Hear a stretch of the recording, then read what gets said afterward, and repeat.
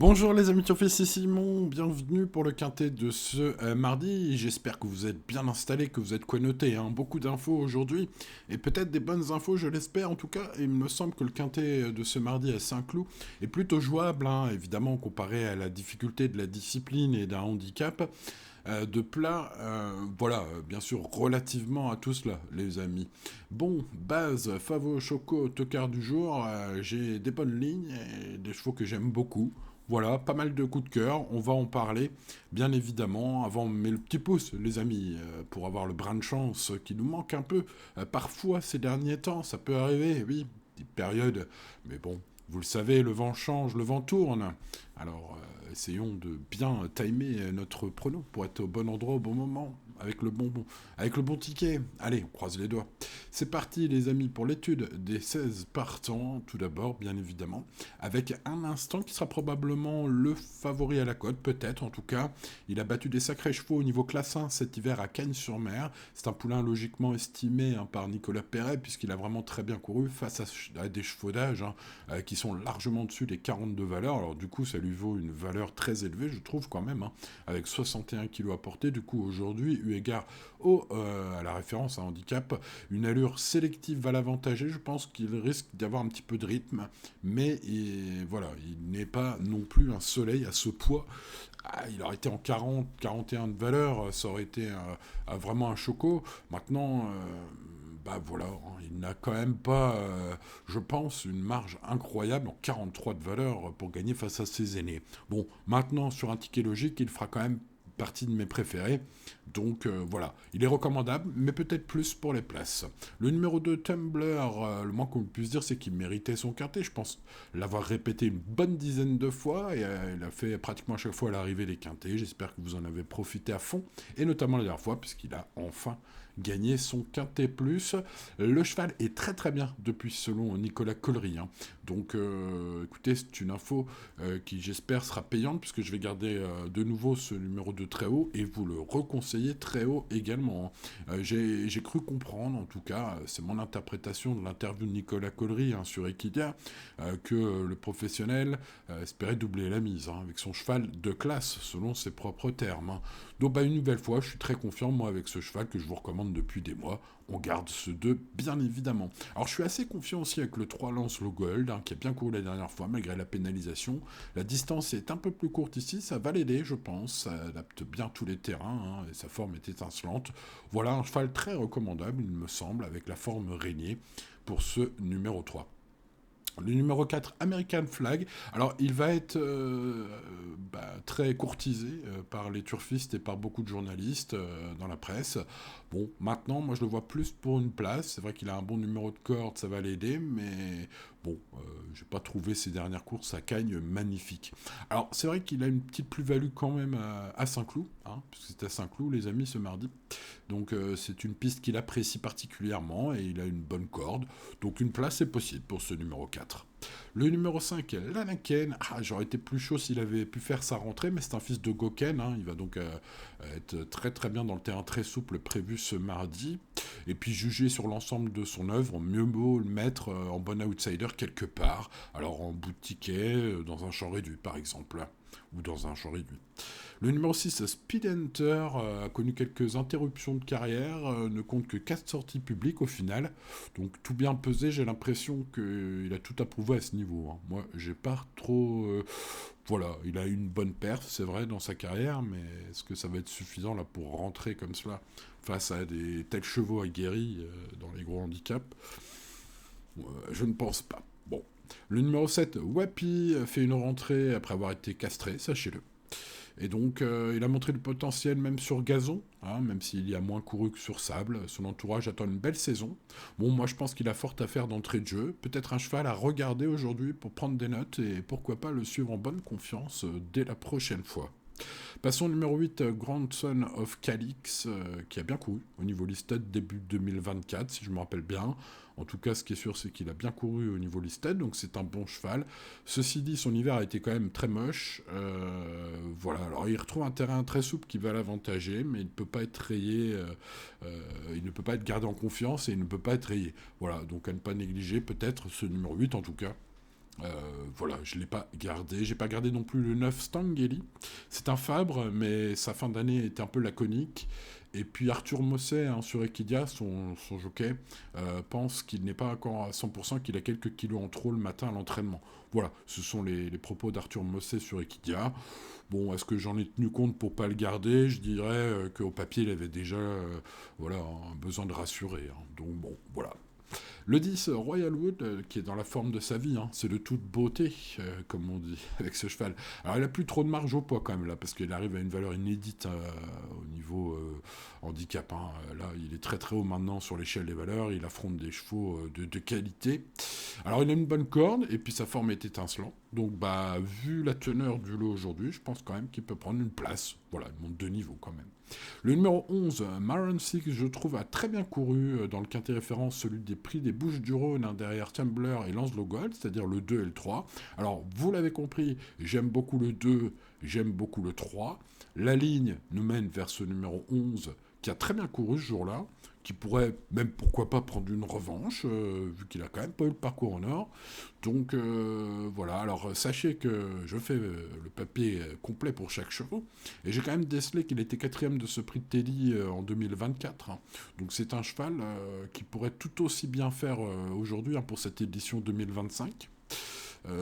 Ouais, ça me semble être un bon coup à tenter, hein, avec Christian Desmureaux, ce numéro 11, et bah, finalement est recommandable, je trouve, hein, malgré qu'il va avoir une cote bien intéressante.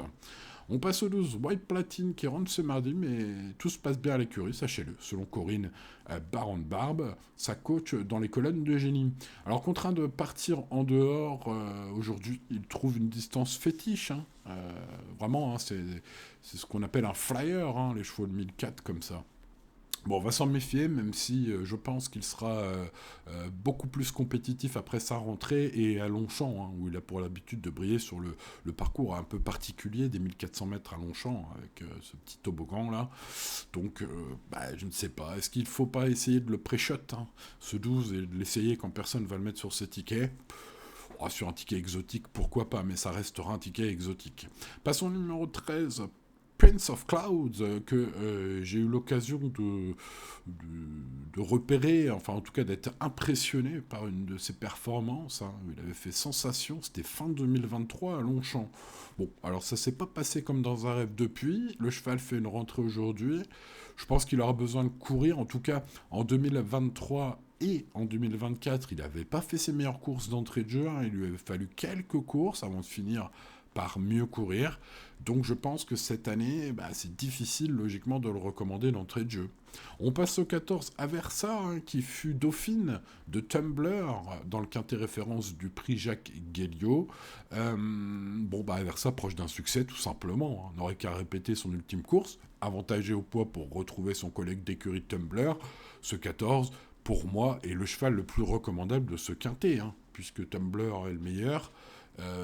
Aversa a prouvé la dernière fois qu'elle était pas loin de son niveau et retrouve avec beaucoup moins de poids à porter que son collègue aujourd'hui.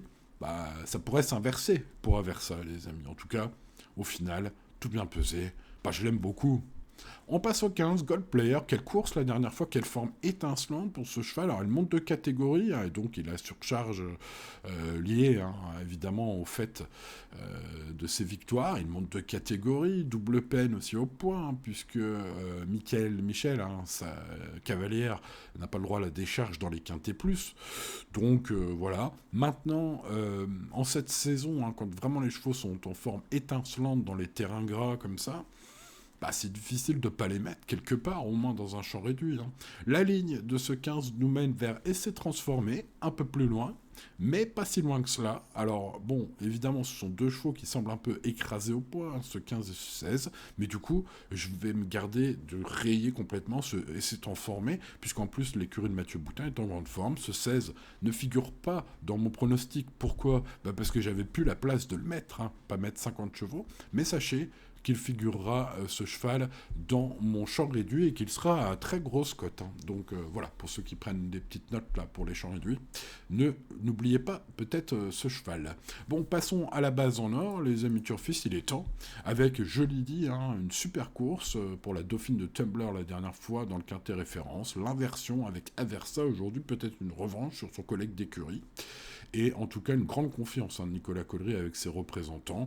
Je pense qu'il a raison, parce que Aversa déjà m'a fait plaisir la dernière fois, faut le dire, hein. Et puis c'était pas trop compliqué de le jumeler avec Tumblr ce jour-là. Et donc voilà, le plaisir pourrait durer encore un peu si ce 14 répète et qu'Eddie Ardouin se montre inspirant en selle. Je serais vraiment très déçu que Aversa fasse pas l'arrivée. Et pourquoi pas de battre un Tumblr, son collègue d'écurie. Sachez que le cheval est vraiment très très bien depuis sa victoire. Nicolas Collery en parle comme d'un cheval de classe. Et je pense qu'il a raison. En tout cas, depuis sa victoire, il est resté super bien. C'est un cheval qui méritait son quintet, il l'a eu. Est-ce qu'il n'aurait pas pris goût à la victoire du coup?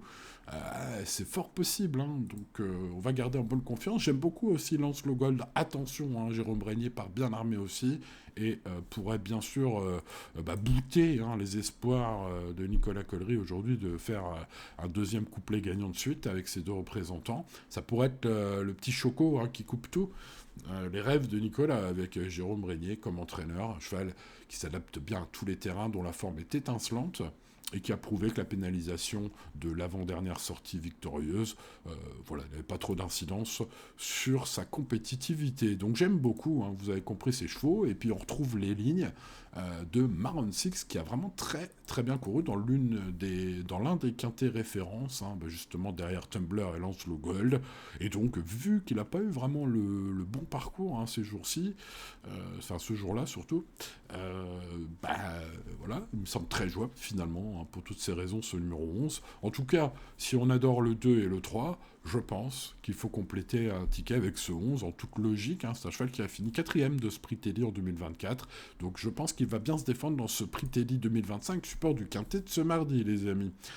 Bon, je pense que vous l'avez compris, je suis quand même très confiant, toute proportion gardée, puisque ça reste un handicap de plat en terrain très collant, en terrain collant ou très souple en tout cas, à Saint-Cloud. Un handicap de galop, c'est jamais facile, les amis turfistes, mais je trouve que pour un tel handicap, on a des chevaux qui sont recommandables. Alors vous l'avez compris, mes 5 chevaux préférés sont le 14, le 2, le 3, le 11 et le 1.